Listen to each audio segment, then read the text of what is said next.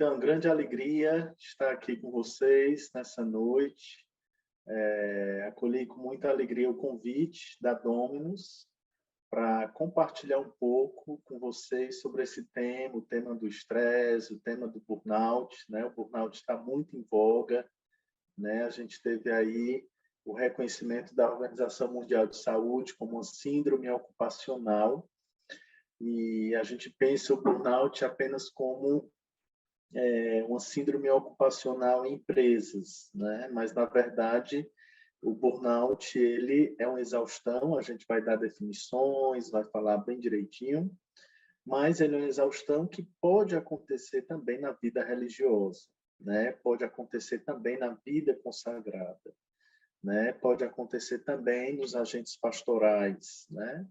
O burnout, quando ele começou a ser estudado, a ser descoberto, ele era caracterizado bastante com as profissões que lidavam diretamente com o ser humano, né? Então, aqui cabe médicos, enfermeiras, educadores, assistentes sociais, e aí entra também o missionário, o sacerdote, o agente pastoral. Então, todas essas profissões que lidam diretamente com o ser humano, elas estão sujeitas ao burnout, né? Elas estão sujeitas ao estresse, né? E eu falava, né, antes de começar aqui a live, a palestra, o compartilhamento com vocês, né? Eu atendi uma paciente que sofre de burnout e é uma paciente consagrada, né? E que cansou, que exaustou, que vive um tempo de exaustão na vida missionária dela, né? Ela vive um tempo bem particular. E eu falava do histórico dessa tese, né? Como o Marco falou, eu faço doutorado lá em Roma, né? E o meu mestrado também foi lá em Roma, a minha formação foi na Universidade Salesiana, em Roma, né? Eu venho de uma trajetória fora, morei 16 anos na Itália, e há 4 anos, quando eu comecei a fazer o doutorado, o mestrado, eu dizia para a minha orientadora, né, que eu queria estudar ansiedade, mas ela me questionava, ela dizia, mas tu tem certeza que é ansiedade? Né? Eu acho que é o estresse. Eu acho que tu está chamando de ansiedade o que é o estresse, né? E aí eu dei um voto de confiança nela e realmente eu comecei a estudar o estresse e no estresse eu descobri o burnout, né? E essa minha orientadora, ela é realmente assim, uma professora fantástica, né?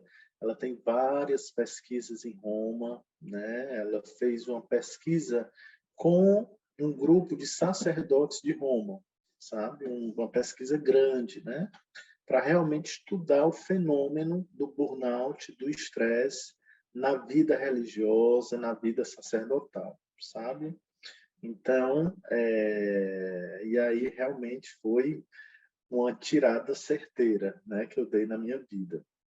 Comecei a estudar o estresse, né, fiz o meu mestrado, descobri o burnout há 4 anos, descobri que eu já tive burnout, né, então eu também já passei um tempo de exaustão na minha profissão, não sabia que era isso, né, graças a Deus me recuperei, e aí a gente está aqui para aprofundar, certo? Então vamos lá, certo? Assim a gente vai.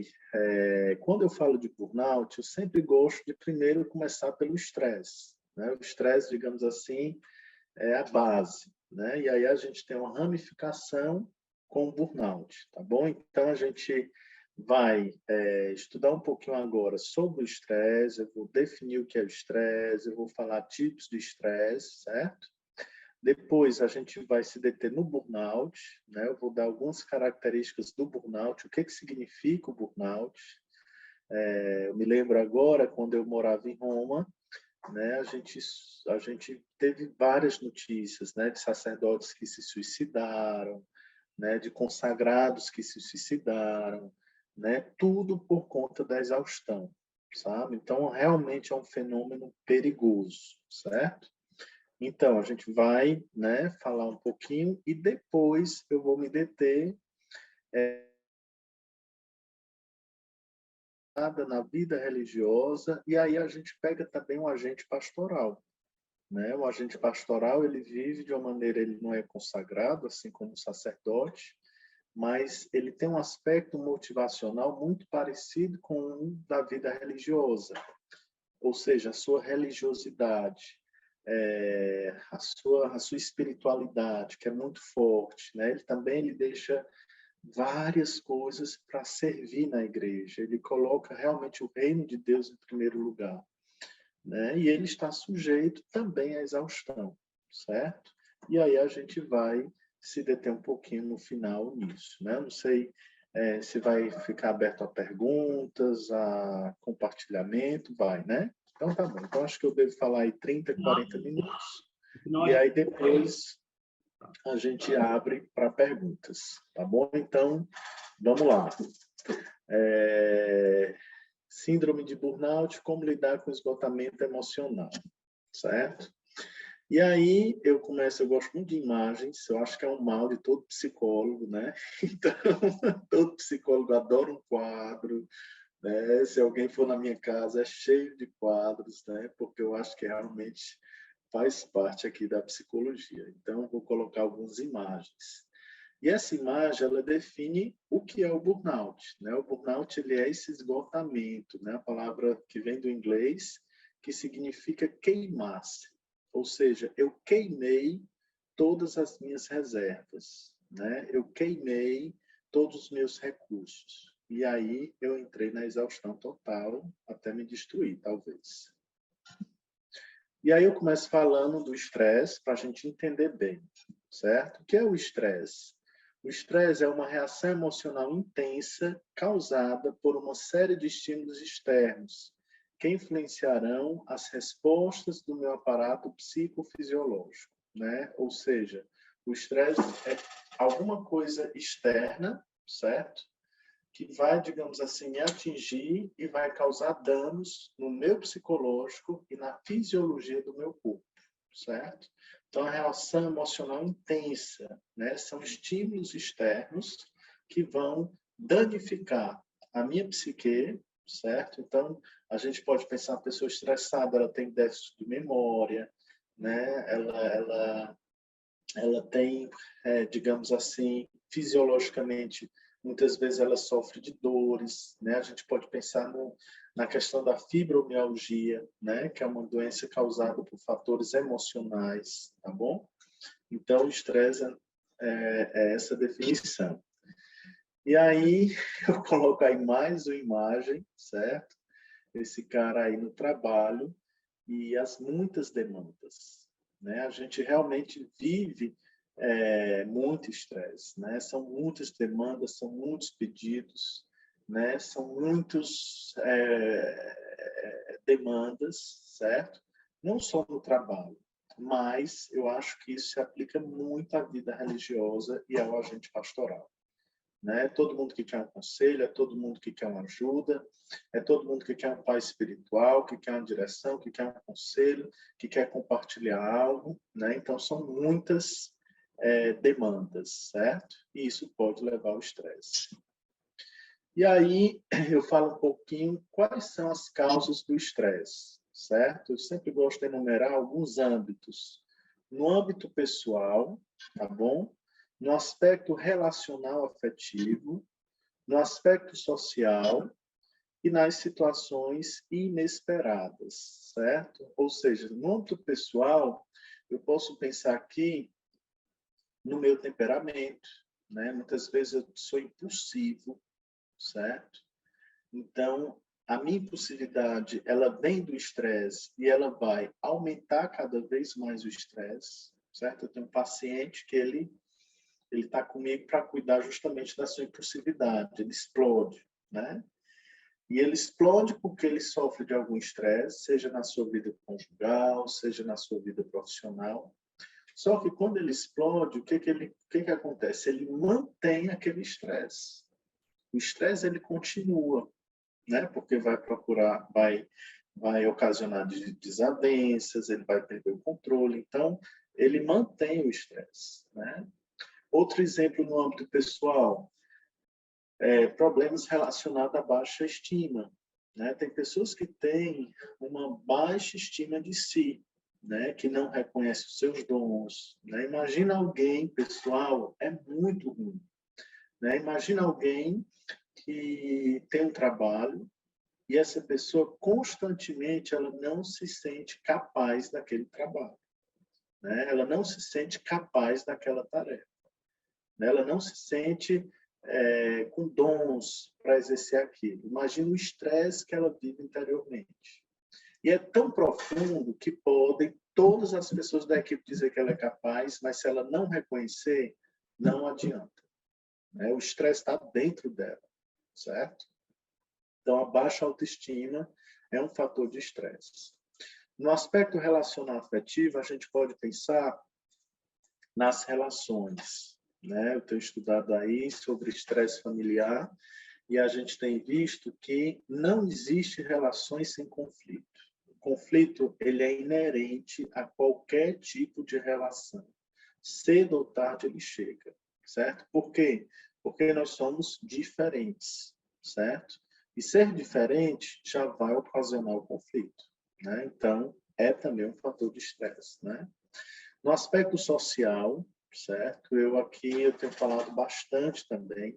A gente pode pensar nesse período pandêmico que nós tivemos. Imagina aí 2, 3 anos, nós ainda não saímos dele, né? Graças a Deus que a coisa está melhorando, mas foi muito estressante. Imagina se abrir a televisão, né? Tantas mortes, hospitais lotados, né? Então, eu trabalho também na educação, eu sou servidor da Secretaria de Educação, coordeno lá a parte de psicologia, e a gente vê o desastre que foi na educação infantil, no ensino fundamental,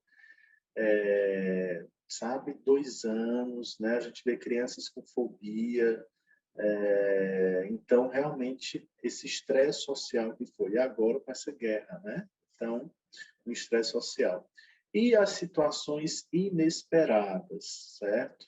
Também são estressantes. O que eu chamo de situações inesperadas? Morte de alguém, né? Acidentes, perda de um emprego, certo? Problemas financeiros, separações. Então, são situações inesperadas que podem também causar estresse. E aí, eu adoro essa frase, né? O estresse provém de tais situações que, esperadas ou inesperadas, a vida vai nos trazendo. Ou seja, o estresse ele é inerente à nossa vida. Não tem como escapar, né? Aqui no Ceará, isso há 15, 20 anos, tinha uma camiseta que ficou muito, muito comum, muita gente comprou essa camiseta. Dizia assim, vida no estresse. Não, era assim, no estresse, né? E, e eu penso nessa camisa, né? Eu já tive essa camisa e, na verdade, isso é uma grande mentira, né? Porque o estresse, ele vai existir, né? Seja de situações esperadas, certo? Seja eu posso esperar, eu posso, digamos assim, programar que aquilo ali vai me dar estresse, ou seja, de situações inesperadas que a vida vai me trazendo. É a vida, né? A vida vai me trazer. Né? Eu aprendi muito que a gente precisa fazer o quê? Nos educarmos ao estresse. Né? Nós precisamos nos educar ao combate ao estresse, mas ele vai existir. E aí, eu sempre coloco aqui que existem 2 tipos de estresse, certo? Olha aí como é interessante. O estresse positivo, ok? O estresse positivo é aquele que não rompe o meu limite homeostático, né? E aqui eu não sei se tem alguém aí que é da biologia, mas todos nós estudamos isso, certo? A gente sabe que nós temos uma capacidade homeostática, né? Que é o equilíbrio, certo? Então, o corpo humano ele tem essa capacidade homeostática, né? O estresse, uma situação estressante, ele é positivo quando ele não rompe essa barreira homeostática. Porque o que acontece quando ele não rompe totalmente o meu limite? Ele vai provocar crescimento, né? Ele vai provocar resiliência, ele vai provocar criatividade, ele vai provocar rapidez, né? Por exemplo, amanhã eu tenho uma prova na faculdade. É um motivo de estresse. Mas aí o que acontece? Eu vou começar a estudar, né? Aquele estresse, ele vai me ajudar a estudar, eu vou ter... a minha inteligência vai funcionar de uma maneira mais rápida, né? Eu vou conseguir ficar acordado até um pouco mais tarde. No outro dia eu faço a prova, eu passo, ou seja, eu superei aquela situação, certo? Então, aquele estresse, ele é positivo, porque ele gera resiliência, ele gera superação, certo? E aí tem também o estresse negativo, que é quando esse equilíbrio homeostático ele é rompido, né? Ele é tão agressivo que ele é rompido, certo? E aí eu vou sofrer danos no meu aparato fisiológico e psicológico. A gente pode imaginar também a mesma situação, né? Se amanhã eu tenho uma prova e eu não venho estudando, certo? É uma matéria super difícil, um professor super exigente. Eu passei 3 meses sem nem ler o conteúdo. A prova é amanhã. Então, com certeza, essa situação ela supera o meu limite, né? Eu posso passar a noite acordado, mas eu vou estar super ansioso e provavelmente eu vou reprovar naquela prova, né? E aquilo ali, depois eu posso adoecer, né? Eu posso, digamos assim, ficar muito ansioso, eu posso, né, ter problemas digestivos, entendeu? Então, é importante a gente avaliar o grau desse estresse. Ele rompe o meu limite, eu tenho capacidade de enfrentar, eu tenho capacidade de superá-lo, ou ele é acima do meu limite, certo? Então, é isso. E essa frasezinha eu já coloquei para vocês, né? A importância de nós nos educarmos ao estresse e reconhecermos o nosso limite. Então, vou adiante. E aí lá vem eu de novo com as imagens, né? Eu gosto muito dessa imagem, né? Porque o cara vai dar bom dia, né, à sua esposa, e ela, por quê? Né? E ela é super estressada. Por que eu gosto dessa imagem? Porque, pessoal, o estresse, ele vai sair de alguma maneira, certo? Às vezes a gente é uma esponja. A gente vai absorvendo, absorvendo, absorvendo, entendeu? Então a gente vai guardando, a gente não dialoga, a gente não expressa. Só que chega um ponto que, ó, tem, né? Vai explodir de alguma maneira, né? Então, o meu corpo ele vai falar, sabe? Assim, às vezes eu não estou falando já com a boca, com a fala, né? A linguagem verbal, mas eu começo a usar a minha comunicação não verbal, ou seja, os meus olhos, né? A minha cara fechada, certo? Então, de alguma maneira, aquele estresse que está dentro de mim, ele vai ser visualizado, ele vai para fora, certo? Por isso que é importante a gente realmente cuidar do estresse, certo? E aí, né, vocês já entenderam, estão peritos no conteúdo de estresse, certo? Então, todo mundo agora sabe o que é o estresse, todo mundo sabe que existe um estresse que é positivo. Eu acho que isso é muito bom porque a gente é muito negativo, né? A gente só vê o lado ruim da moeda. Mas é importante eu ver também que algumas situações de estresse são positivas, né? Então é importante que na minha vida eu tenha provocações, né? Vocês que fazem pastoral, né? Às vezes, como um evento, ele é um fator de estresse. Será que vai dar certo? Será que o pessoal vem? Será que o pessoal não vem? Né? Ele é um fator de estresse, né? Só que se eu tenho uma boa equipe, se eu treino a minha equipe, né? Se eu me preparo antes, né? Vai ser difícil no começo, vai, mas não superou o meu limite e eu vou superar, né? E quando eu supero, quando eu realizo aquele evento na minha paróquia, né, eu tenho uma sensação de satisfação muito grande, né, de gratificação muito grande. Não só eu como padre, como pároco, mas a equipe, a pastoral. E aí o que acontece? Todo aquele grupo, ele é o quê? Ele é gratificado, né? Ele superou aquele desafio, deu certo, nós conseguimos, e aquilo ali vai impulsionar o quê? A realização de mais eventos, o crescimento daquela obra, daquela pastoral, certo? Então, por isso que o estresse é positivo, em certo ponto, né? Quando ele não rompe o meu limite, ele vai provocar resiliência, né? Ele vai provocar superação, certo? Então, é muito bom, porque às vezes a gente só vê o lado negativo e tem o lado positivo do estresse, né? Mas vamos lá no burnout, porque eu quero que vocês façam perguntas, tá bom? Ao final de tudo. E aí o burnout, né? Como eu falei, o estresse ele é macro, certo? E aí a gente afunila e temos o burnout, tá bom? E a gente vai definir o que é o burnout. Então, definição. É um tipo de estresse negativo, ou seja, ele rompe o meu limite, ele rompe a minha homeostase e ele é ligado ao trabalho, certo? Então, essa definição é super importante, né? Ele é ligado ao trabalho, certo? Porque o que acontece? Como o burnout ele foi reconhecido, né, pela OMS, ou seja, ele tem o CID. O que é o CID? Ele é um código que verbaliza que aquela doença existe em qualquer lugar do mundo, certo? É como a depressão. A depressão ela tem um CID, ela tem um código, né? Um TAG, transtorno de ansiedade generalizada, ele tem um CID, né? Então ele é reconhecido como doença. E aí o burnout também agora tem esse CID, né? E aí às vezes eu tenho medo, porque o que acontece?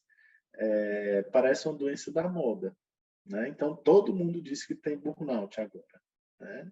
E aí a gente precisa o quê? Analisar.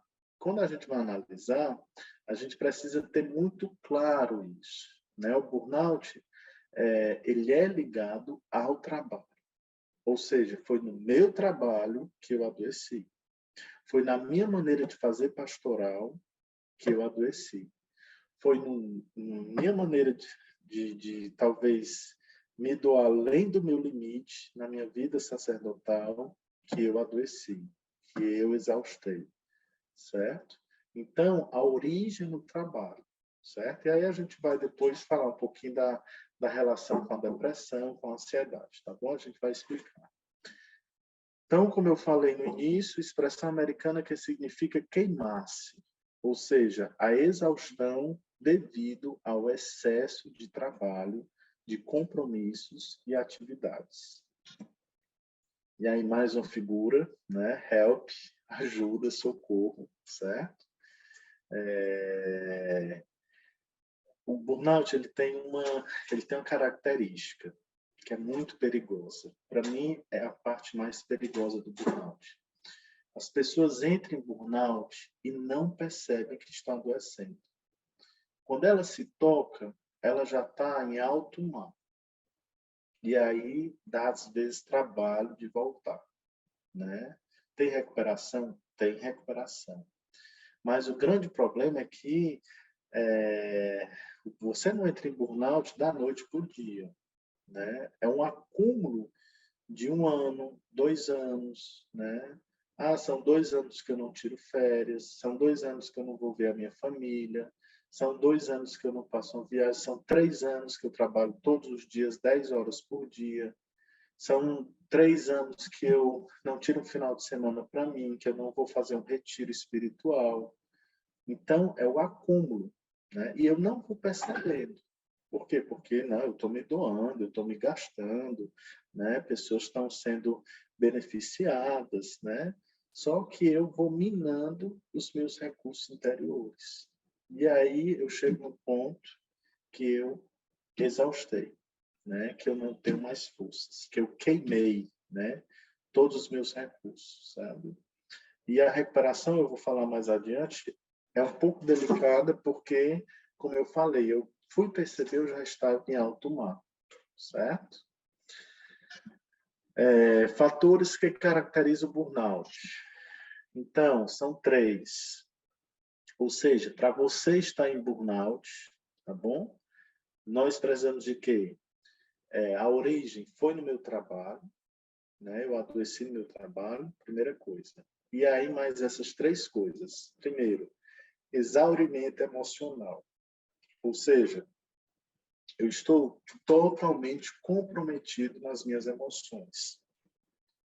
Aquela pessoa que chora demais, né? Eu conheço pessoas que trabalham em pastoral que, ao final de um evento, no lugar de se alegrar, né, de celebrar, de comemorar, elas têm uma crise de choro. Elas começam a chorar. Chora, chora, chora, chora, entendeu? Cansaço, certo? Outro exemplo de exaurimento emocional, baixa tolerância. É aquela pessoa que qualquer coisinha ela está perdendo a cabeça, ela está explodindo, né? Ela é agressiva nas palavras, ela não tem tolerância, tolerância zero, certo? Então, tudo isso é o quê? Exaurimento emocional. Despersonalização, certo? O que é a despersonalização? É uma espécie de apatia, né? A gente trabalha em equipe, né? Ninguém trabalha sozinho, né? Você sempre vai precisar de alguém, de um secretário, de uma equipe de apoio. E a pessoa que sofre de burnout, que tem a despersonalização, ela começa, digamos assim, a ter uma apatia. Ela vai se distanciando, ou seja, ela não participa mais dos processos de decisão, ela não colabora mais, né?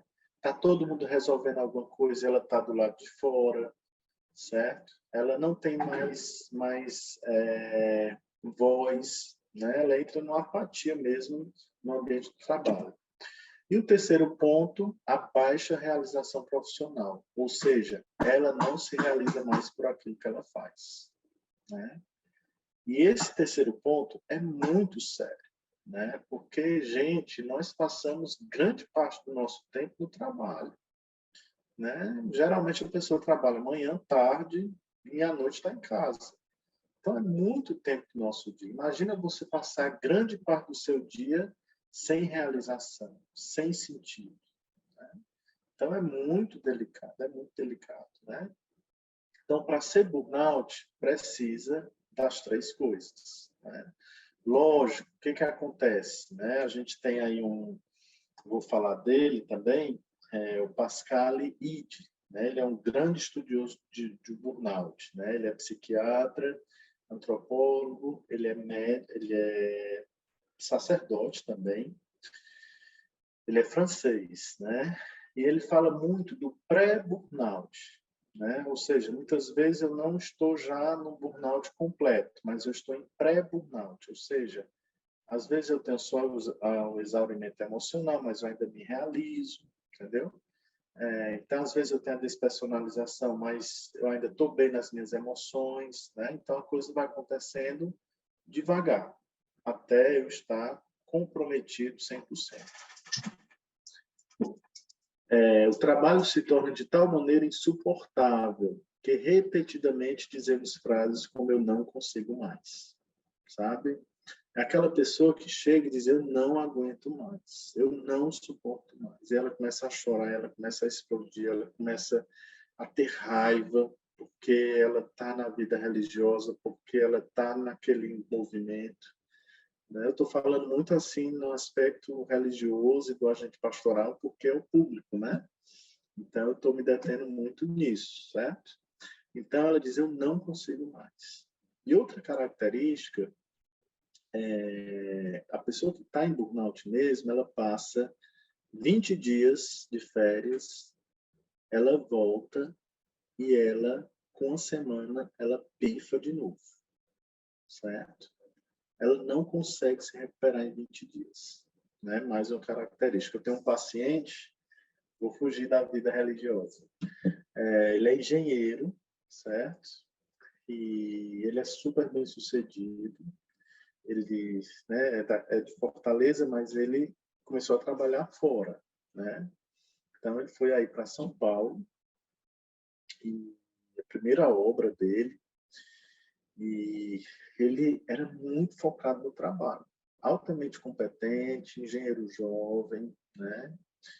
E ontem eu fiz o atendimento dele, né? A terapia dele, eu disse que eu ia compartilhar a história dele. E aí o que que aconteceu? Ele deixou de usufruir das outras dimensões da vida dele. Ele surfava, ele parou de surfar, ele, né, a família em Fortaleza, ele em São Paulo, ele trabalhava de domingo a domingo na obra, né? E aí o que que acontece? Ele foi cansando, né? Ele foi, digamos assim, deixando de usufruir de outras dimensões da vida e só o trabalho, né? Ele teve 2 obras em São Paulo, depois ele foi com a obra no Rio, 2 obras no Rio, e ele foi para a 5ª obra em Vitória. E aí, quando chegou na 5ª obra, ele pifou. Ele pifou. Ele começou a ter ansiedade, o cognitivo dele não funcionava mais. E aí ele foi para Fortaleza, e aí ele entrou em contato comigo, eu comecei a fazer o tratamento dele, ele foi para o psiquiatra, porque ele precisou tomar remédio. Ele passou 15 dias, né, e ele melhorou, né, ele nunca mais tinha tirado férias. E aí ele voltou e eu disse, vai devagar, né? E ele, no terceiro dia que ele estava em Vitória, ele me ligou, Rômulo, não estou bem, né? Não estou bem. Ou seja, 15 dias não é nada, porque o cansaço ele está muito crônico, né?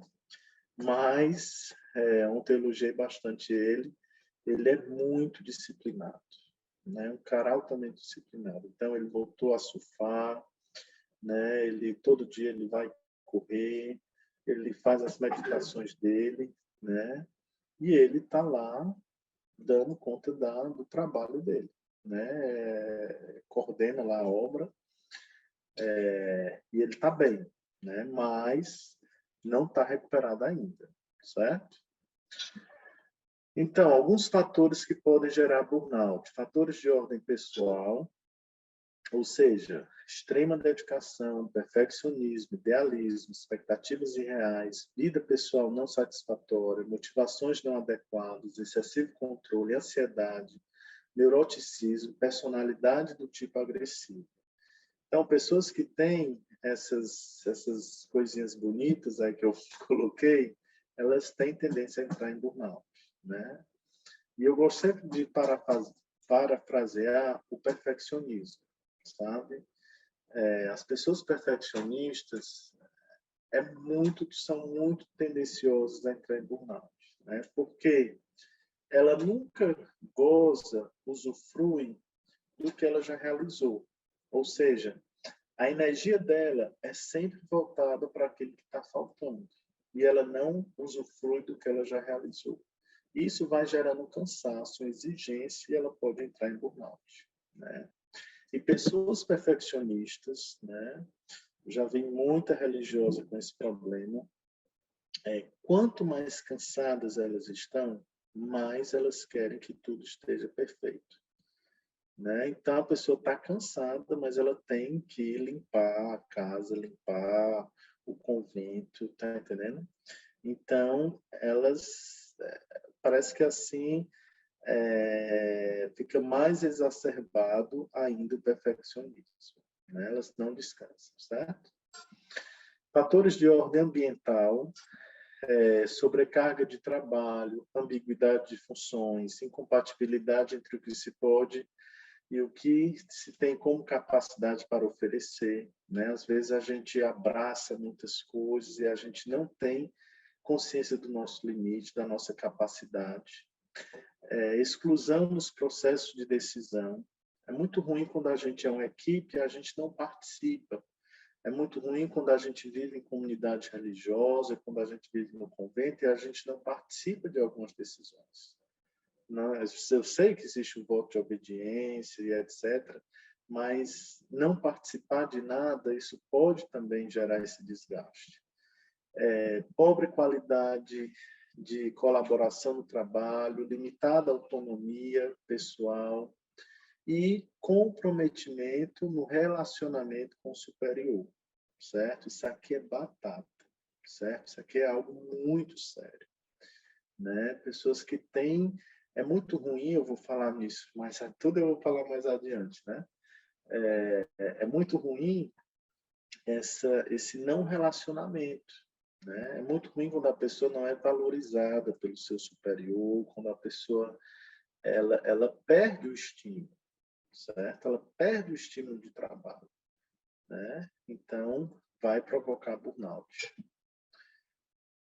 E aqui se aplica mais para as famílias, certo? Eu coloquei aí um casal brigando, né? Ou seja, eu começo a ter estresse no trabalho, mas aquele estresse, ele vai também o quê? Danificar a minha vida pessoal, certo? Então, começa no trabalho e aí depois eu trago para casa todo o meu burnout, o meu estresse, né? Eu tinha um paciente também que ela é bancária, né? Ela fez carreira no banco, certo? Ela cresceu muito no banco. E aí, só que ela abandonou tudo, né? E ela entrou em burnout, né? Até hoje ela está em burnout, é um caso realmente muito sério, né? Ela teve que deixar o banco.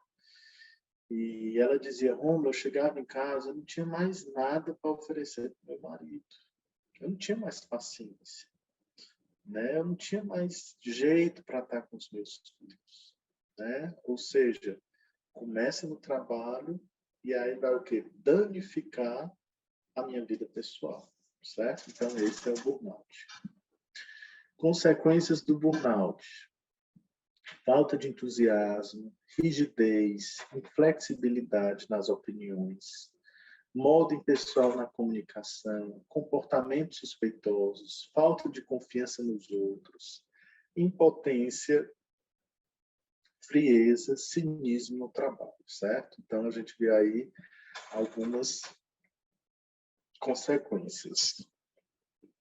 E aí, como fazer um diagnóstico, certo? Se eu estiver correndo depois, né? Porque eu quero que a gente tenha tempo para a gente trocar um pouco de experiências.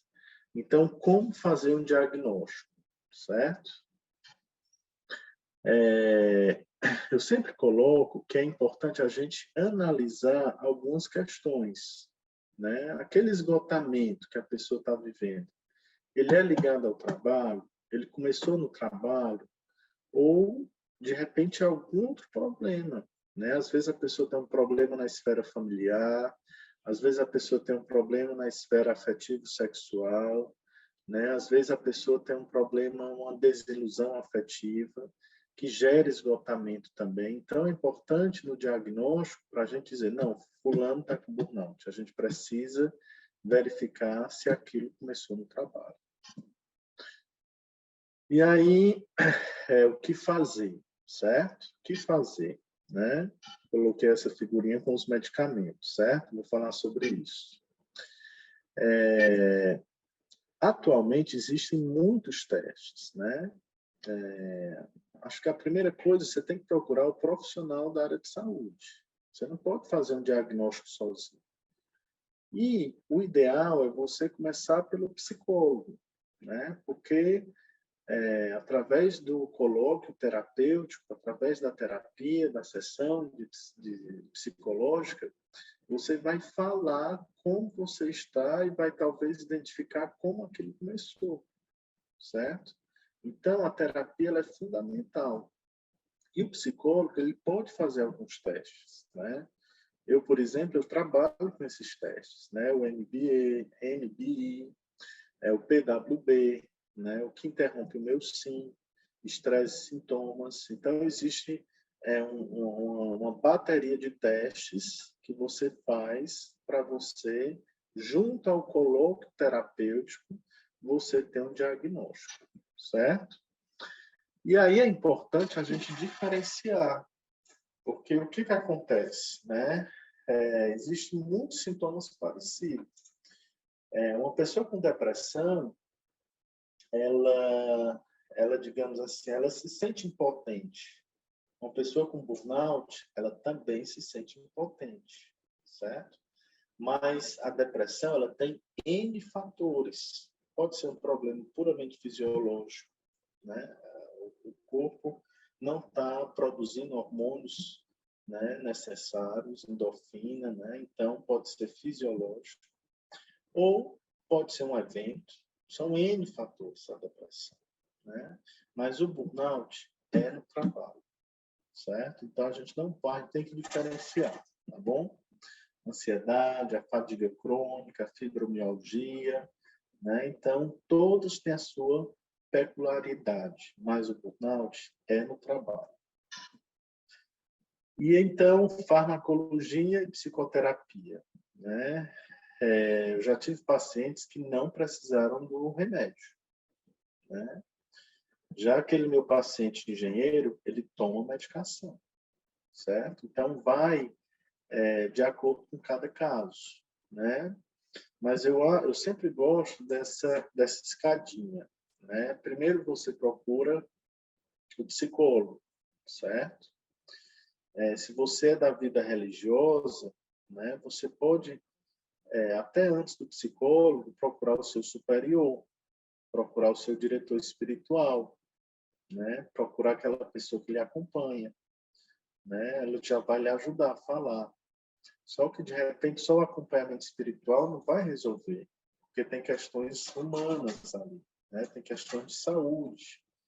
Então, vai para o psicólogo, né? O psicólogo ele vai monitorar o teu estilo de vida, né? Dimensões que você não vivia mais, como esporte, como hobby, como família. Ele vai lhe ajudar a viver e você vai melhorar. Mas, se de repente você não dorme mais, né? Você está muito depresso, suas emoções estão muito comprometidas, aí você tem que ir para o psiquiatra e tomar medicação, certo? E aí a gente está quase chegando ao fim, né? Estresse e relax, tá bom? A gente vai falar agora a parte que eu mais gosto, que é a prevenção. E aí eu falo do Pascal Leide, né, que é esse sacerdote, antropólogo, psiquiatra, né, francês, né, ele é da comunidade Emmanuel, né, já falei aqui, só faltei dizer o CPF do cara, né? Então, ele é realmente muito capacitado.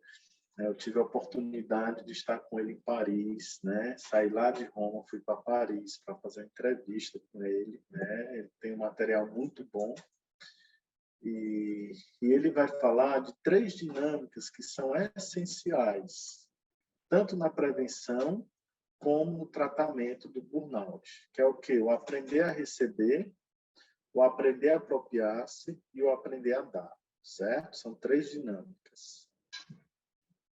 O que é o aprender a receber? E aí ele já começa com esse questionamento, né? Conhecer e aceitar nossos limites, certo? Aprender a receber significa conhecer e aceitar os meus limites, né? Ou seja, só recebe quem se vê limitado, né? Só recebe quem vê que necessita, né? Cuidar de si mesmo significa estarmos atentos a 4 necessidades fundamentais: o sono, o repouso, a alimentação e a atividade física. Gente, quando eu pego um paciente com burnout na clínica, né, e quando eu paro para analisar a vida dele, né, a situação dele, ele está comprometido justamente nas suas necessidades fundamentais.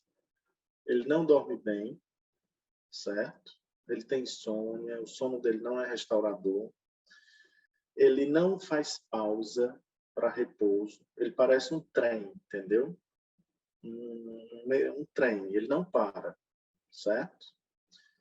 Ele não se alimenta bem, ou seja, o metabolismo dele está todo comprometido, ou ele engorda demais, ou ele emagrece demais, né? Então, metabolismo totalmente comprometido e ele está altamente sedentário.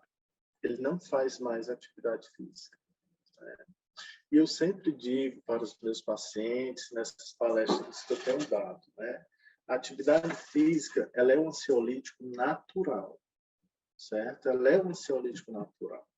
Né? Quando eu estou ali praticando, correndo, quando eu estou na academia, então as toxinas que eu vou queimando, né? A endorfina que eu vou produzindo, né? Então aquilo ali já gera uma sensação de bem-estar no meu corpo. Depois eu já me sinto com um estímulo melhor, porque eu me sinto, né, mais bonito, mais sarado, né, de bem com a vida, mais bem-humorado, certo? Então, a atividade física é tudo isso, né?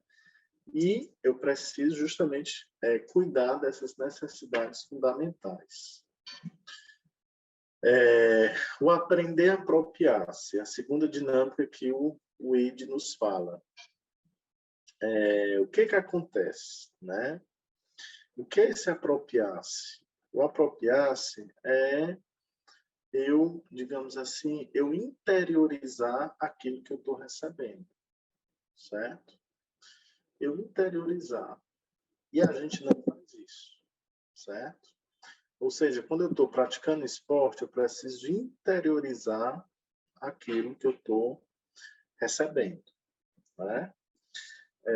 Outro exemplo banal que eu falo demais, né? Às vezes eu faço um trabalho e alguém chega para mim e diz, olha, ficou muito bom, parabéns. Eu preciso interiorizar aquilo que eu recebi, sabe? E muitas vezes eu não faço isso, né? Então, eu preciso interiorizar, né? Poxa, é verdade, eu recebi aqui um elogio, né? Mas o que acontece? Eu saio pela tangente, né? Eu digo, isso aí foi besteira, né? Todo mundo faz. É normal, isso é normal, qualquer pessoa faz isso. Ou seja, eu não acolho aquele elogio. Né? Eu sempre digo, né? Isso não é fácil, observe na sua vida se você acolhe elogio. Né? Você, para acolher um elogio, você tem que respirar fundo, esperar ali 3 segundos e deixar aquilo entrar dentro de você. Por quê? Porque aquilo vai produzir o quê? Gratificação e gratidão. Né? E aí foi feito esse estudo nos Estados Unidos, e isso é comprovado, né, que as pessoas gratas são mais ricas, né, em nível de decisão, certo? São pessoas mais entusiastas, têm maior disposição de agir, são pessoas mais determinadas. Olha, quando a gente está com aquela gratidão, é impressionante. A gente bota fogo de uma maneira positiva em tudo que está ao redor da gente, certo? No plano afetivo, são mais felizes, relaxadas, dão mais rapidamente sentido ao sofrimento, certo? No plano relacional, mais dotadas e sensíveis a ajudar os outros. A nível físico, uma saúde melhor. No plano cognitivo, mais estimuladas, possuem maior criatividade. Enfim, globalmente, são pessoas que gozam de uma sadia autoestima, capazes de integrar frustrações e, por consequências, mais dispostas a viver um caminho vocacional e de doação de si. Olha aí, né? Olha aí a questão da vida vocacional, certo? E, por fim, o aprender a dar, né? E aí eu queria que você raciocinasse comigo, tá bom? Estou quase acabando. Olha como é interessante essas 3 dinâmicas, né? Primeiro, eu recebo das minhas necessidades fundamentais. Depois, eu interiorizo o que eu recebo. E aí, só por último, é que eu vou começar a dar. É que eu vou começar a trabalhar, é que eu vou começar a me gastar, né? É que eu vou começar a me doar na igreja, é que eu vou começar a me doar no meu ministério sacerdotal, é que eu vou começar a me doar na minha vida pastoral. Às vezes a pessoa dá o que não tem, Então, ela precisa primeiro receber, interiorizar, e depois é que ela começa a dar. E aí ela vai dar com muito mais propriedade, né? Com muito mais responsabilidade, certo? E aí, o caso específico na vida consagrada e na vida pastoral, né? No agente pastoral. Aqueles que trabalham constantemente servindo pessoas em uma relação de ajuda que implique inevitavelmente o contato constante com o sofrimento, com o desconforto físico e mental, podem correr o risco de passar por graves problemas de saúde psicológica, né? Porque o sacerdote ele lida sempre com o sofrimento do outro, né? O desconforto mental, físico, né? A gente se envolve com as pessoas, a gente se envolve, né? E às vezes a gente não tem limite, né? Isso na vida religiosa é muito comum, né? Às vezes eu tenho uma pessoa que eu faço atendimento, que eu faço um acompanhamento espiritual, ela está passando por um sofrimento e eu começo a sofrer junto com ela, né? Então, é muito séria essa questão do limite. Eu sei que tem um aspecto da compaixão, da empatia, né? O que é empatia? Sentir com aquela pessoa, certo? Então, é uma sensibilidade apurada que nós precisamos ter como agentes pastorais, como consagrados, mas é importante o limite, senão eu posso adoecer. E aqui eu coloco essa consagrada, né? Aqui já bem cansada, certo? Dimensão motivacional, vocacional e humana do missionário, né? Ou seja, o que eu quero dizer? O missionário, ele é um ser biopsicossocial espiritual.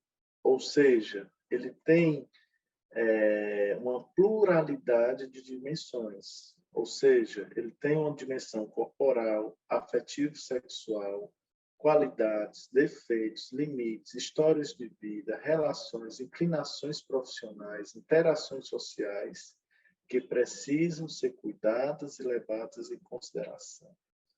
Né? Na Itália tem um livro que chama O Super Apóstolo. Né? Ou seja, não dá para bancar, eu já fiz um card, né? Não dá para bancar o super missionário. Não dá, não dá. Né? Você tem uma parte humana em você que precisa de cuidado, certo? E aí eu falo da pesquisa que foi feita em Roma, né, pela Colasanti, que é a minha professora, e na pesquisa diz que 60% dos entrevistados declaram de ter experimentado algumas situações de estresse. É um número bem grande, 60%. Né? Um quarto declara ter passado por estresse grave, sobretudo no âmbito relacional com colaboradores e superiores. Né? O aspecto relacional é o que gera mais estresse. O problema é que, na maior parte dos casos, o missionário toma consciência muito tarde da sua exaustão, tornando não fácil o caminho de retorno ao bem-estar psicofísico e espiritual. Né? Ou seja, às vezes a gente pega um consagrado, né? Ele já está tão adoecido que precisa bastante tempo para recuperar o seu bem-estar psicológico, físico e espiritual, certo? Então, dimensões importantes na prevenção. Estou acabando mesmo, certo? Agora é de verdade. Segundo a Cola Santos, né, ela é uma pessoa fantástica, né? Grande professora, casada, mãe de um filho, católica, pessoa muito, muito rica, né? Como pessoa. Então, ela sugere algumas dimensões que são importantes na prevenção ao estresse, associada ao serviço missionário. Quais são? Olha aí a interação com pessoas, como é legal. Dimensão espiritual, certo? Então, o que eu chamo de dimensão espiritual, né? A dimensão espiritual, pessoal, ela até numa pessoa que não é religiosa, ela é fundamental, né? Porque a espiritualidade, ela gera processos de transformação, né? Ou seja, ela entra em contato com ela mesma. Ela tem uma dimensão de interioridade, né? Para encarnar valores. E, no nosso caso, valores evangélicos, valores religiosos, certo? Então, é muito importante, né? A oração como esse meio de interiorização, de renovação, né? De você ter aquele tempo em silêncio para você pensar um pouco como você está, como você pode mudar, como você pode pedir ajuda a Deus, né? Em primeiro lugar, certo? Então, é fundamental, né? Quando a gente olha alguns religiosos, né? A dimensão espiritual dele, muitas vezes, está muito esfacelada, né? Está em último lugar. Ele só quer trabalhar, trabalhar, trabalhar, trabalhar. Ele não tem tempo para ele interiorizar, né? Para ele cuidar dele mesmo, certo? Dimensão comunitária, certo? É tão interessante porque a vida comunitária ela é uma faca de dois gumes, né?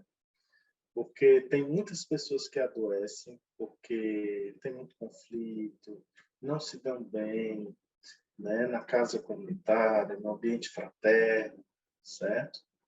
Mas, por outro lado, um saudável ambiente comunitário, ele cura muitas feridas, né? A pessoa recupera, né? Quando a pessoa está no ambiente, aqui eu falo bem para a vida consagrada, né? Quando ela está numa comunidade, um convento, que existe uma vida familiar, uma vida fraterna, que existe alegria, que existe diálogo, que existe colaboração, que existe respeito, que existe momentos de brincadeiras. Então, tudo aquilo ela vai o quê? Ela vai se recuperar, vai ser altamente terapêutico. A dimensão relacional com os superiores. Isso aqui é um problema seríssimo, seríssimo, né? E aqui eu digo também para os agentes pastorais, né? É muito difícil quando a gente tem um coordenador que só nos cobra, né? Que só quer ver o resultado, né? O superior, o coordenador, ele precisa ter uma empatia que vai além. Ele não pode só pensar na entrega, né? Mas ele tem que ouvir o que aquela pessoa está falando, né? A comunicação verbal e não verbal, né? Uma comunicação baseada no diálogo, na escuta, que seja gerada uma confiança recíproca. Às vezes não existe essa confiança recíproca, por isso as pessoas adoecem, certo? Então, é mais aquela coisa da obrigação, né? Fez aquilo, fez aquela tarefa, e aí é perigoso, né? Isso gera muitos problemas, certo? Quando não existe essa escuta maior, né? Dimensão organizativa, certo? É muito importante estruturas nos nossos centros pastorais, né? Estrutura de trabalho, né? Planejamentos, definição das funções. Às vezes ninguém sabe quem é responsável pelo quê. Isso gera muito estresse e burnout, né? Então, é muito importante também na dimensão organizativa clareza na comunicação, né? Vai ter um evento, é importante que tudo seja claro, né? Aquela velha frase, o óbvio ele precisa ser dito, né? O óbvio muitas vezes ele precisa ser dito. Dimensão formativa, certo? A formação permanente ela é para toda a vida, sabe? Uma formação que toque aspectos humanos, aspectos espirituais, né? Então, uma formação integral, tá bom? E a dimensão salutogênica, o que eu quero dizer com isso, né? Apreciar e valorizar o sono, a alimentação, a atividade física regular, o dia do repouso, né? O sacerdote tem, parece que é a segunda-feira, né? Será que realmente eu protejo a minha segunda-feira? Né? Será que eu protejo ela? Será que é aquele dia que eu vou dormir um pouquinho mais tarde? Né? Que eu vou recuperar o sono daquela semana tão atribulada, daquele domingo tão cheio de compromissos?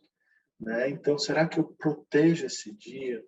Né? Será que aquele dia eu vou fazer o meu hobby, eu vou fazer uma atividade física, né? Eu vou visitar uma pessoa que eu amo, eu vou ao cinema, eu vou comer um prato que eu gosto, né? Então, às vezes a gente não protege o nosso dia de repouso. A gente se enche de compromisso, a gente marca reunião, né? A gente vai resolver algumas coisas, né? E aí depois a gente adoece, tá bom? E aí também nessa dimensão, os dias de retiro, né? Retiro pessoal, aquele dia de silêncio, muito importante. Às vezes, eu digo muito isso, né? Às vezes um dia não resolve, precisa ser dois, né? Então, um dia para descansar e outro dia para realmente rezar, né? Porque cansado você não consegue rezar. Peregrinações, momentos de partilha e socialização, certo? E aí eu termino com essa frase de Frankl, né? Viktor Frankl, que diz: cada homem, mesmo condicionado a gravíssimas circunstâncias externas, pode, em qualquer modo, decidir o que será dele. Ou seja, eu não sou determinado por circunstâncias externas. Por mais difícil, eu posso sempre decidir o que eu quero para a minha vida, certo? Então, eu acho que é isso, certo? Obrigado, fim, pronto. Pronto. A gente agradece, mas vamos tentar abrir aqui um pouco para quem quiser fazer perguntas para o Rômulo, tá? Falei demais, né, Marco? Não, tá ótimo. Foi ótimo. Dá só um stop na tua stop screen aí no compartilhamento da tela, lá embaixo. Certo, peraí, vou interromper a condivisão, é isso? Isso. Está em italiano aqui, pronto. Gente, quem quiser fazer pergunta para o Rômulo, tá aberto agora, tá?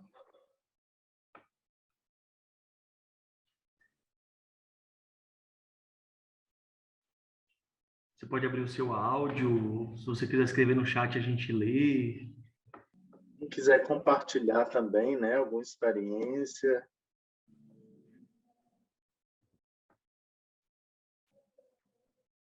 Agora ou nunca. Boa noite. Boa noite. Oi, Rômulo, tudo bem? Ixi, tudo bem? Tudo bom? Tudo bem, graças a Deus. Rômulo, Ai, você que bom te podia ver. falar um pouquinho mais sobre as consequências do burnout na vida consagrada, assim, porque às vezes ele é causado dentro do trabalho, né, na área pastoral, mas às vezes a nossa vida de trabalho e a vida comunitária e todo o resto se mistura muito, né? A Exatamente. gente não consegue separar muito bem isso, sim. Exatamente. Então, às vezes as consequências pode ser várias coisas, né? E aí eu achei que foi um pouquinho mais rápido, não sei se é porque eu queria ouvir um pouco mais sobre as consequências dessa vivência hoje dentro da vida consagrada. Obrigada, tá? Foi muito bom. Saudade, viu? Um grande irmã aí. Então, gente, isso aí que a Ana falou é muito interessante, né? Porque o burnout na vida consagrada, ele tem uma particularidade muito forte, né? Porque o que acontece, né? Por exemplo, o enfermeiro, o professor, ele entrou em burnout, ele começou a adoecer no trabalho dele. Só que ele saiu ali da escola, ele muda totalmente de ambiente. Ou seja, ele tem outra atmosfera, ele saiu da escola que foi onde ele adoeceu. Na vida religiosa é diferente. Por quê? porque eu trabalho e moro com as mesmas pessoas e, às vezes, ainda trabalho no mesmo lugar, né? Eu morei fora, então, fora as missões, as comunidades religiosas, a gente mora e trabalha no mesmo lugar com as mesmas pessoas, né? Então, aquele burnout que poderia ser só na vida pastoral, né, na vida apostólica, na vida de serviço, ele se torna também um burnout na vida comunitária, né? Ou seja, eu não quero mais participar dos momentos comunitários, né? Chega ali o momento das laudes, por exemplo, né? Eu não consigo mais estar ali naquele momento junto, né? Aquilo me dá, né, um horror. Eu chego, a capela está cheia, então eu já quero sair, certo? Ou seja, aquela mesma sensação de exaustão que eu provo no trabalho, eu vou provar também na vida comunitária, né? Eu vou provar também na dinâmica comunitária, certo? Então, por isso que é muito sério o burnout na vida consagrada, né? Porque eu moro e trabalho com as mesmas pessoas e eu não troco o ambiente, né? O médico, ele saiu do hospital, ele vai para outra atmosfera, mas o missionário, o consagrado, não, né? E aí, Ana, a gente precisa cuidar, né? Tem que ir para outra missão, tem que ter uma transferência, tem que ir para outro convento, para outra comunidade. Não necessariamente, né? O que eu acho que é a grande tomada, né, para uma recuperação? O estilo de vida, sabe? Então, quando chega alguém, né, alguém que é consagrado, eu digo, olha, tu tem que fazer tudo menos, né? De repente, no lugar de acordar 7 horas como todo mundo, tu pede ao teu superior, à tua formadora, para acordar 9 horas, né? No lugar de talvez passar 2 horas rezando, tu combina de rezar, porque tu não vai nem conseguir, né, devido ao cansaço, tu pede para rezar 1 hora de manhã e rezar outra hora à tarde, né? No lugar de terminar ali o almoço, de correr, no caso da comunidade Shalom, né, já para o centro de evangelização, né, tu pede para ir um pouco mais tarde, né? O que é melhor eu participar? É as laudes, é a oração comunitária? Então, eu vou escolher, certo? Ou seja, eu vou pegar um pouco de cada dimensão, um pouco da espiritualidade, um pouco da vida comunitária e um pouco da vida pastoral. Dosagens pequenas. Para quê? Para que eu possa voltar a sentir o prazer daquelas atividades. E Legal. não o horror, a raiva, porque aquilo me adoeceu. Certo? Às vezes é importante mudar de casa, às vezes não. Né? Eu tenho uma pergunta para te fazer também. Muito boa a resposta. Mas eu também tenho uma pergunta para te fazer. Tem muita gente aqui que participa de pastorais na igreja. Sim. É possível também que esse trabalho de pastoral que elas desenvolvem, às vezes diário, mais de uma vez na semana, isso pode também contribuir para um possível burnout aí na vida delas? Sim, pode. Pode, porque o agente pastoral, Marcos, ele se envolve emotivamente com as pessoas, né? Ele se envolve, certo? Então, ali tem um desgaste, né? Porque muitas vezes ele não tem limite. Então, ele se envolve com o sofrimento, né, das pessoas, certo? Com aquela causa. E eu acho mais perigoso, né? O mais perigoso, eu acho assim, quando ele deixa de vivenciar as dimensões normais para viver só na pastoral. Isso é perigoso, né? Como é que está a minha vida familiar? Né? Eu tenho tempo para minha família, né? Eu sei que eu sou muito requisitado pela paróquia, eu sei que eu sou muito requisitado pelo reino, mas quando eu chego em casa, eu tenho que ser 100%. Né? Eu tenho que usufruir também. Né? Eu tenho que ali a igreja doméstica, eu não posso fugir. Né? A minha pastoral não pode ser uma fuga. Né? Então, eu pratico um esporte, eu tenho um hobby, sabe? Assim, uma vida normal, lógico. A menina dos meus olhos é a pastoral, né? Assim, que deslumbra os meus olhos é a pastoral, né? Então eu vou dar mais tempo, mas eu não posso me abster de outros cuidados também, né? E na vida pastoral, sabe, eu acho que o que pode também causar estresse, né? Problemas de comunicação, certo? Então, isso é muito, muito sério, né? Problemas de comunicação e liderança, porque todo mundo é líder, entendeu? Todo mundo é líder, todo mundo tem a melhor ideia, todo mundo tem a melhor solução, né? Todo mundo quer coordenar. Então, isso pode gerar frustração, isso pode gerar problemas no âmbito da fraternidade, né? Então, no lugar de eu ter fraternidade, de eu gozar daquela fraternidade com os agentes pastorais, eu vou ter o quê? Uma competição, né? Então, eu acho que eu vou dar um curso, né, sobre isso. Seria muito bom. Pois é, mas tu me pediu, acho que tu e o Jean, é um curso aí sobre, né, o agente pastoral, né, assim, A inteligência emocional do agente pastoral, resiliência. pois pronto, então aguardem, certo? Acho que em abril a gente vai falar sobre, né, uma vida emocional saudável do agente pastoral. Tem que estudar, viu? Eu vou estudar para poder Tem só uma dar última esse pergunta aqui da direito, Rayana, Romulo, e a gente encerra. certo? Pode falar, Rayana. Vocês estão conseguindo me ouvir bem? Sim.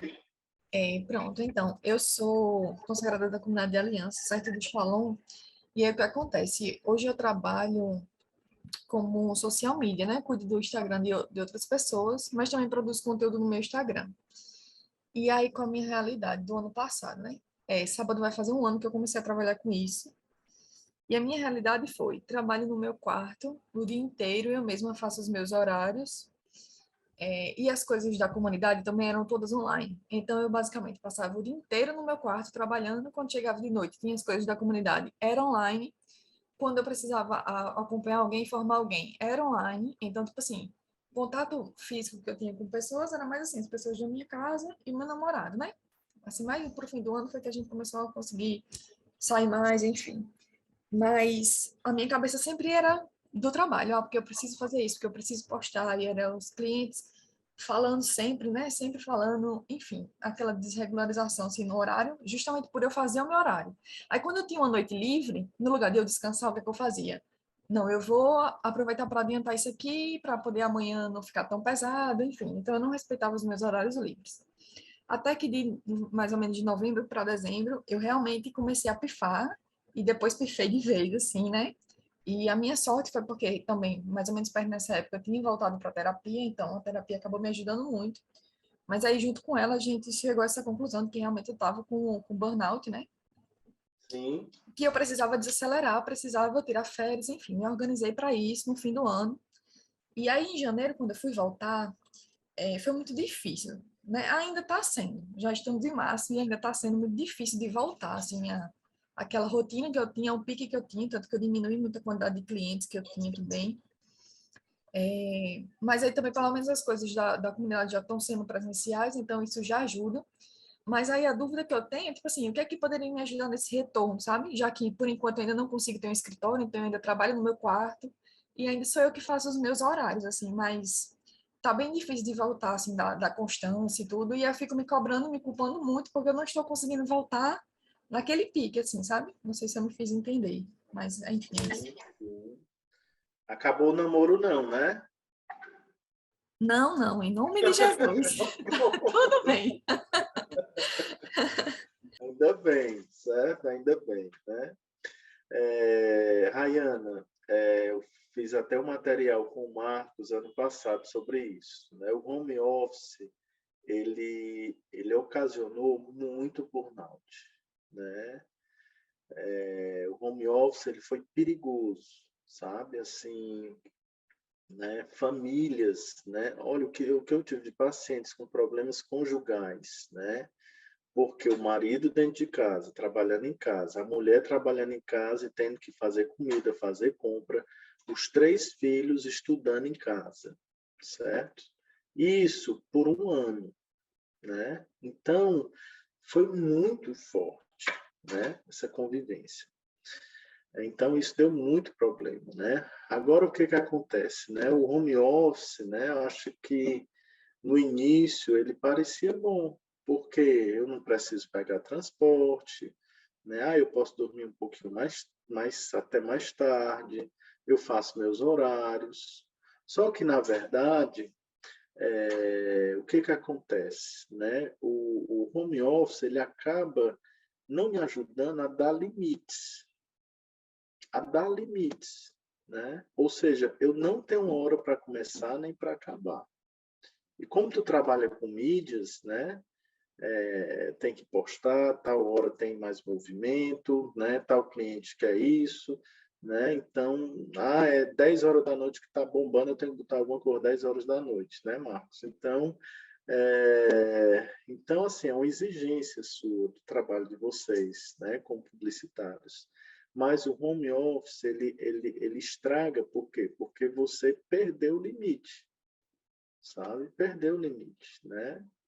Então, assim, eu acho que, não, sabe, eu acho que o fato de ter um escritório, né, eu sei que isso comporta um gasto econômico, mas pensa um pouco nisso, sabe? Para tu realmente sair de casa para trabalhar e voltar do trabalho para casa, sabe? Assim, eu tenho muitos pacientes online, né? Eu trabalho muito no online, né? Mas eu venho para a clínica.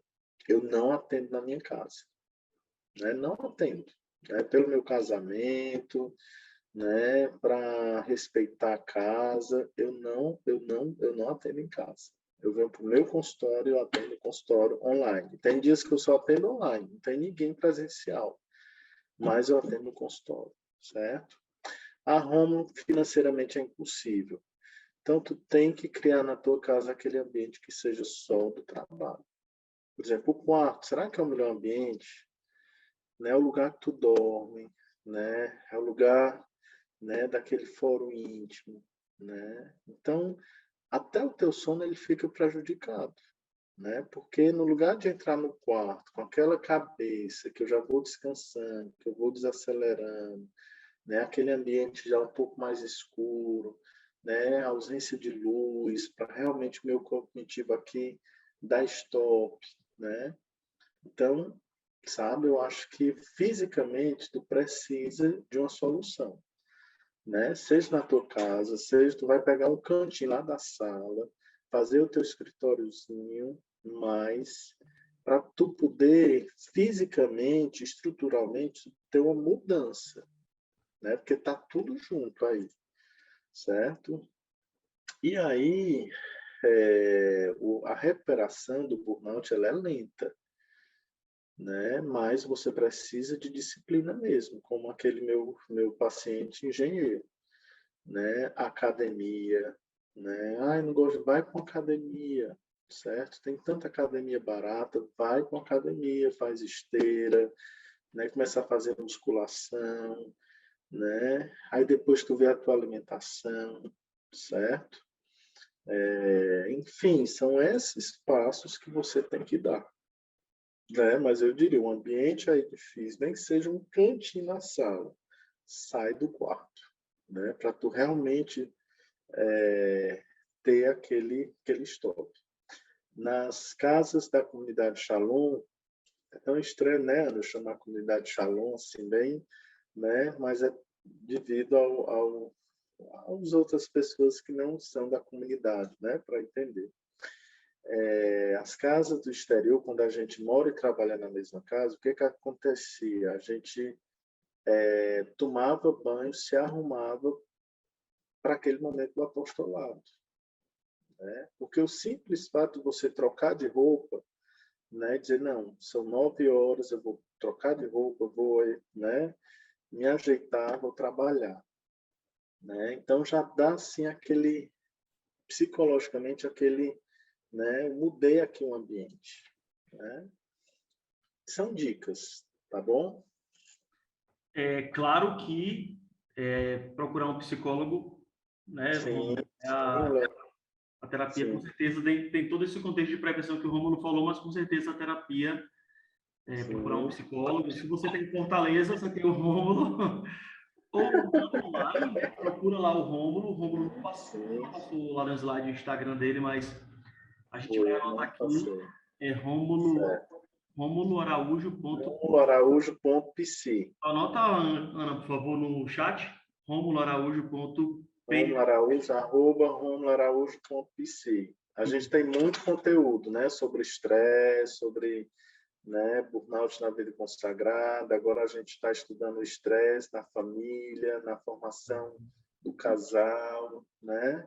Tudo que é estresse Se a quiser gente vai também estudar, né, Marcos? fazer uma consulta, procura lá o Rômulo no direct dele e pode talvez te ajudar também. Então, mais uma vez, Rômulo, em nome da Dominus, a gente agradece muito por essa aula. Eu estou quase seu assistente.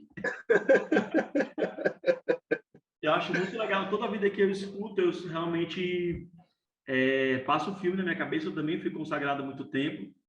E passo o filme na minha cabeça e coisas que eu acho que tem resquício que fica, né? De hábitos, de coisas. E sempre eu me sinto assim, realmente... Eu sempre pego alguma coisa para minha vida para eu ajustar, porque o vício é normal, fora da vida consagrada. Sim, sim. Tá bom? Então, obrigado, gente. Essa aula vai Gratidão também. para quem quiser, manda para um amigo lá o programa No Oceano, que ela vai ter acesso a esse vídeo que fica lá na nossa página de conteúdos. Tá? O Rômulo volta mais para frente, então fica ligadinho aí, além do curso que vai rolar aí, ele e o Jean estão conversando, para rolar um curso bem legal para vocês, tá bom? Então, mais uma vez, obrigado. Segue lá o Rômulo no Instagram, tá? E tamo junto. Tchau, Ana. Saudades para tua casa comunitária. Beijo. Tchau, tchau, gente. Boa noite. Até a próxima semana.